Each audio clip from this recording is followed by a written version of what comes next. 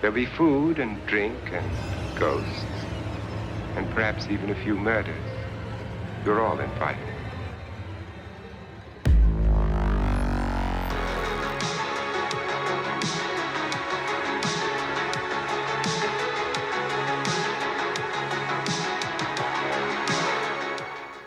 Greetings everyone and welcome to the Dunwich Depths. Today I'm proud and excited to be doing a collaboration video with Jackson and Hunter from Horrorgang. I'll be linking their channel in the description. So as you saw in the title, we'll be going over our top 5 Lovecraftian horror films. Now that we decided to be on this list, a horror movie doesn't have to be a direct adaptation of one of Lovecraft's works, but instead just have strong Lovecraftian themes. So that's what we're going with. Now let's get on to the list.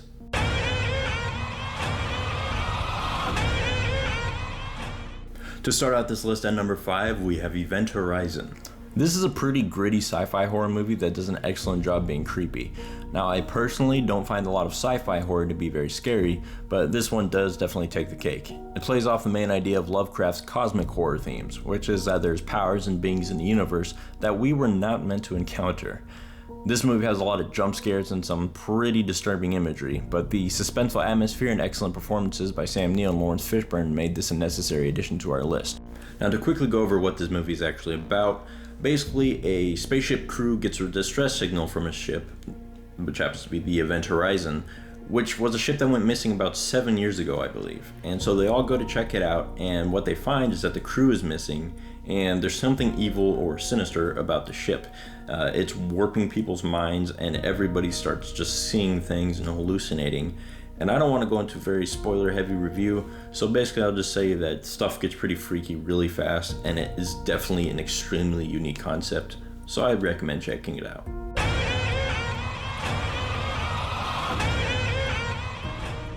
And at number 4, we have The Color Out of Space.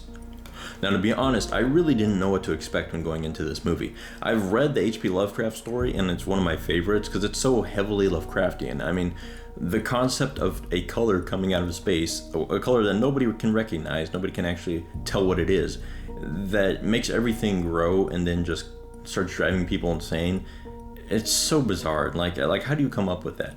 But it's a really difficult story to understand. I mean, how do you create a color in a movie that you can't know what it is, you know? So in the film, they went with a pinkish purplish color, which I think was a good choice. It was a really beautiful color and it translated really well to the lighting that they were using. Overall, I thought this movie was pretty solid and it deserves a place on this list, mainly because I respect what they were able to do. They could have made it really ridiculous, and there are some parts that are definitely lower budget. Some of the CGI hurts the film a little bit, but then there are some scenes where they actually went practical and it really helps. Like there's some stuff that reminded me a lot of The Thing. Specifically, there's a part with some llamas or alpacas. I can't remember if it's llamas or alpacas, but that looks really good, and I thought that was a really cool thing that they did. But then there are some other scenes that are like, that didn't look so good. But it definitely was a not a major film. It was an independent film, I believe. But I think they did a really good job with the material that they had. Nicolas Cage is probably the biggest star in the movie, and oh man, he's entertaining. You may not like Nicolas Cage, but if you do, you will love this. And if you don't, you gotta admit he's at least extremely entertaining in this film. There's so much fun in just watching him go insane throughout the whole movie, because that's what he does best. So I think he really helps make the movie even better. But I do think, and especially since it has a lot of Lovecraftian references to the stories and stuff, I think it's an excellent Lovecraftian film just in itself. And that'll do it for the 5th and 4th spots on this list. Sorry if it was a little brief. I want to make sure they gave enough time to Jackson and Hunter so that they had plenty of time to give insights on their movies. Now let's go ahead and give it over to Jackson. What's up, you guys? My name is Jackson, Horrorgang. You may know me. If you don't, you can call me Horrorgang or whatever.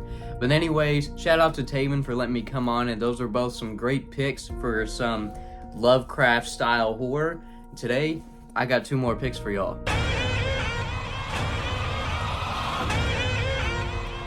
Coming in at number 3 on the list is From Beyond. This is one of the most Lovecraft movies out there, and this, by the way, this is an awesome 4K release. Go watch Dunwich Dev's video on it. if you want to know more about that. But anyways, From Beyond is a weird story. Of course, all these Lovecraft stories are weird, I guess you could say, but the colors, the setting, the characters, the whole story, it's all very Lovecraftian. And I do gotta say, it's such an awesome 1980s horror film that you could throw on, have fun with a bunch of people with, and yeah. From Beyond is definitely one of my favorite Lovecraft films. Check it out if you have not seen it yet. For the number 2 spot, I unfortunately don't have the Blu-ray or anything with me, but that's going to be Reanimator. Reanimator is one of the best 1980s horror films. It's super fun. One of the best Lovecraft stories for sure. And yeah, the whole style of it is awesome. It's not like weird, like, you know, psychological kind of cosmic stuff in Reanimator, like how From Beyond can be in, you know, tons of other Lovecraft stories, but it's more like more just kind of like one of Lovecraft's gothic stories in a way. Because, you know, City of Arkham kind of takes place around there. Herbert West, who's played by Jeffrey Combs, does an awesome job, creates a serum. That's this bright green reanimator fluid, basically, that will reanimate the dead. And yeah, it's definitely a fun time. I've never seen any of the sequels though, so I do gotta check those out. But Reanimator, the original, is a super, super fun horror movie, and you gotta love Jeffrey Combs' performance as Herbert West. It's probably one of my favorites from this decade, for sure. Now, there are tons of Lovecraft films out there that you could have chose for this list, but these are our 5, and I love our picks. And now it's more Lovecraft style, not straight up Lovecraft films. So again, thank you for listening to my 2 picks of the top 5, and I'll pass it on to our good buddy, Hunter. And make sure to go subscribe to the Dunwich Depths. Leave a comment down below. Peace. What's up, guys? My name is Hunter. If you don't know me, I'm a part of the Horrorgang channel. It's mostly ran by Jackson, but I am frequently on the channel. I do live streams. I'm on some solo videos, but I also help off the camera as well. So stuff like Craptober, Monstober, some other videos, some of his reviews and stuff I help out with. But you might be wondering why I'm here. Well, our buddy Taven, which y'all might know as the Dunwich Depths, is usually on our live streams. And you might, if you want to join at the Horrorgang channel, we usually go live a few times a month. Give or take it. He's usually always there, and he's such a good guy. We become good friends and good buddies, and we wanted to do a collab video on the Lovecraft, HP Lovecraft. Yeah, so we came up with the idea to do our top 5 Lovecraftian movies, and I am here to talk about 2, an honorable mention and the number 1 slot. I know, crazy, but let's get right into it.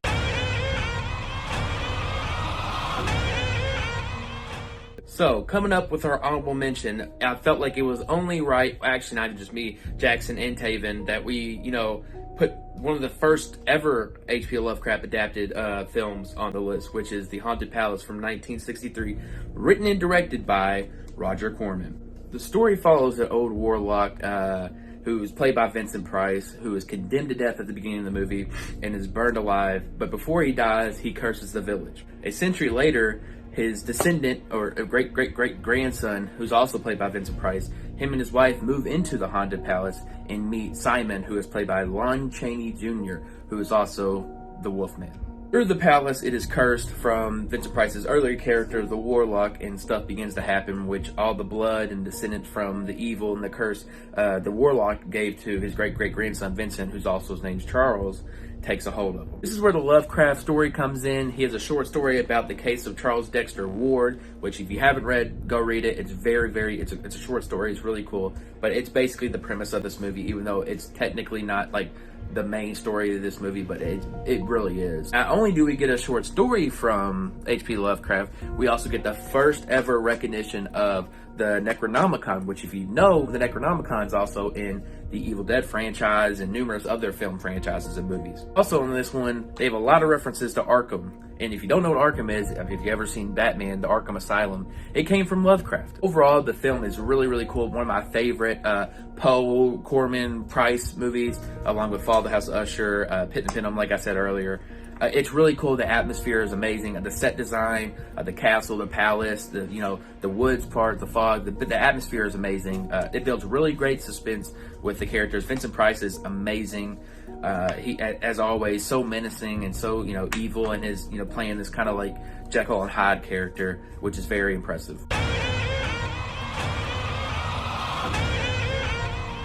Here's what y'all have all been waiting for: the #1 H.P. Lovecraft adapted movie.